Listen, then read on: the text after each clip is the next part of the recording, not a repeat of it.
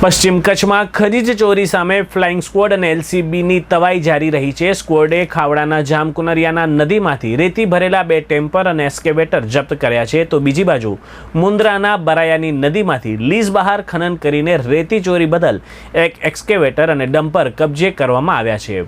એલસીબીએ નરાના લુણા પાસેથી 7 ton sandstone ભરેલી truck પકડી પાડી છે, તો મુન્દ્રાના બોરાણા સમાઘોગા રોડ પરથી 3 ટન રેતી ભરેલું ટ્રેક્ટર પકડી પાડવામાં આવ્યું છે।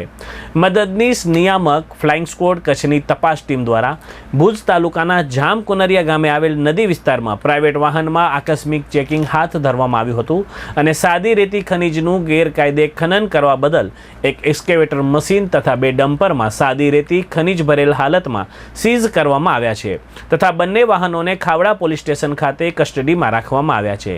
બીજી બાજુ મુન્દ્રા તાલુકાના બરાયા ગામે આવેલ સુરઈ નદી ખાતે પ્રાઇવેટ વાહનમાં આકસ્મિક ચેકિંગ હાથ ધરવામાં આવ્યું હતું।